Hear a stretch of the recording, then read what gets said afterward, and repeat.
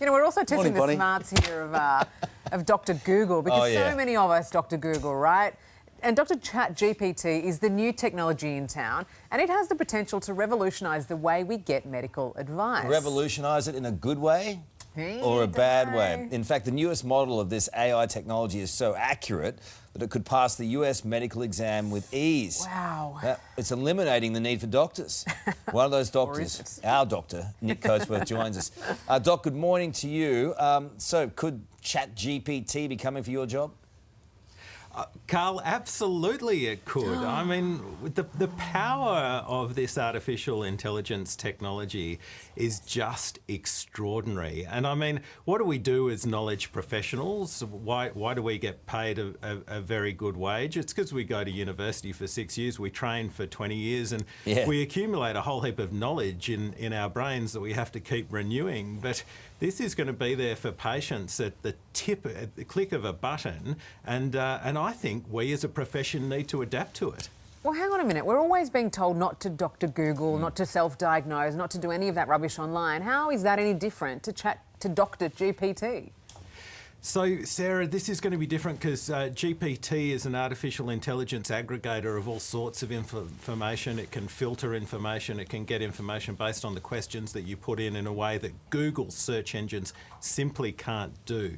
So the diagnostic accuracy of Chat GPT, whilst it's not perfect at the moment, it's only going to increase, and it's going to increase very, very quickly. So it's going to be a completely different thing to patients coming in having Googled a few symptoms. They're going to be coming in with the diagnosis for you, and they're going to be asking you to do certain tests. That's how it's going to work. Well, you know, my mother-in-law, Cher's dog, is one of the great Googlers of ailments in the history of the world. I mean, something that's a little freckle on your hand can turn into something Skin cancer pretty quickly, yeah. So you want to kind of eliminate that side of things, but improve the other, right? So there's got to be a balance.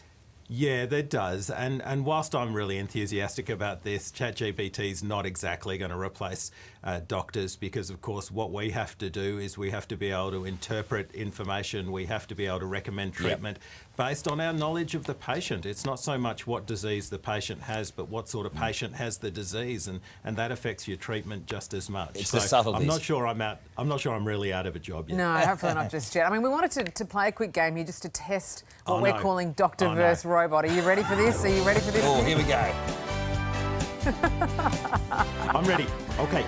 All right, now we've got a couple of medical questions, so we're going to compare your answers with ChatGPT. So the first one is, Nick, I've fallen down the stairs and now I have a headache. What should I do? Well, Sarah, you should pour yourself a double scotch and turn on Netflix and wait for it to go away. Right answer. You're my kind of GP. OK, let's see what GPT had to say, though. Let's have a look here. Assess the severity of your injury. Apply cold, compress, rest, monitor your symptoms if they Boring. But correct, but ultimately correct. OK. All right, so it's done you out of a job there. OK. I've been feeling the second question, a little nauseous all night and have a temperature. What should I do? I know the answer to that. OK, so what we've got to do here is we've got to make sure we don't have signs of sepsis, which is confusion, decreased urine output. We need to make sure we're not severely breathless, and we probably need to take a Panadol and see if it goes away. But if we've got any of those severe warning signs, we have to take ourselves to the emergency department for assessment. Yeah, OK. What does the ChatGPT say? Rest, stay hydrated, take over-the-counter medication, monitor your symptoms, and if they worsen, seek medical attention. If in doubt, go see a doctor. That's just a cop-out. Yours was better. Yeah, I thought mine was a bit better there. OK, there's been a bit of tripping, and here's another one. Well, you know, the physical kind of trip. I tripped and fell on a run, and now my ankle and calf are very sore. What should I do, Nick? OK, if you should rest, you should put ice on it, you should compress it and elevate it. And if you still can't mobilise and it's getting very sore to put weight on it, then you should go and get yourself an X-ray. You should also take some pain relief, like Panadol. If you're able to, you can take Nurofen, which is a non-steroidal anti-inflammatory drug. Oh, wow. And the computer says? Assess the severity of your injury. Apply a cold Oh, compress. see, he does know what he's Rest, talking about. monitor your symptoms. Oh, no, this is actually a test to see if he's qualified, isn't it? Yeah, exactly. Nick's qualified.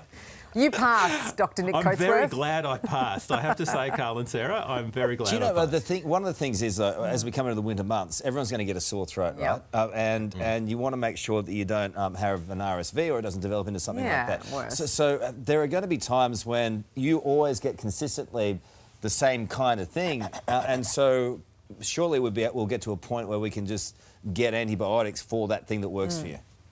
Well, one of the things, Carl, and in all seriousness, one of the things this is going to do is it's going to enable people who haven't gone through a medical degree to be able to elevate the work that they do as health professionals. So it is going to change what medicine costs as well. You know, AI is interpreting radiology scans just as well as radiologists, or soon will be. So we're not going to have to pay specialties like that the big bucks. What it's going to change is the specialties that actually spend time talking to a patient, like general practice, hopefully will have their prestige and pay elevated, because Chat GPT can't do that. Interesting. Brave new world. Yeah, I was just going to say, brave new world out there. And the other thing is trust. It's like, I'm not going to get on a plane if a robot's flying it. I just don't want to do it. Do people want a robot? Sorry? That's exactly right, Carl. We're a long way from the robot aircraft, and we're a long way from robot doctors as well. Okay, perfect. Put me at ease. Robot morning hosts one day? What's that? Robot morning hosts, maybe. What? Oh, no. What'd you say? Good. No? Please, We're guys, not say gonna it's go not there. so. No. Say it's not so. It's only a matter of time. Thank you, Dr Nick Coatsworth. See you guys. Hey there, Today fans. Sarah and What's my name again? oh my God, Carl. Hey, thanks for watching our YouTube channel, though. Subscribe now for more news, special reports, and amazing Aussie stories. And Carl misbehaving, Whoa, of course. that never happens. Always happens. What's she talking about?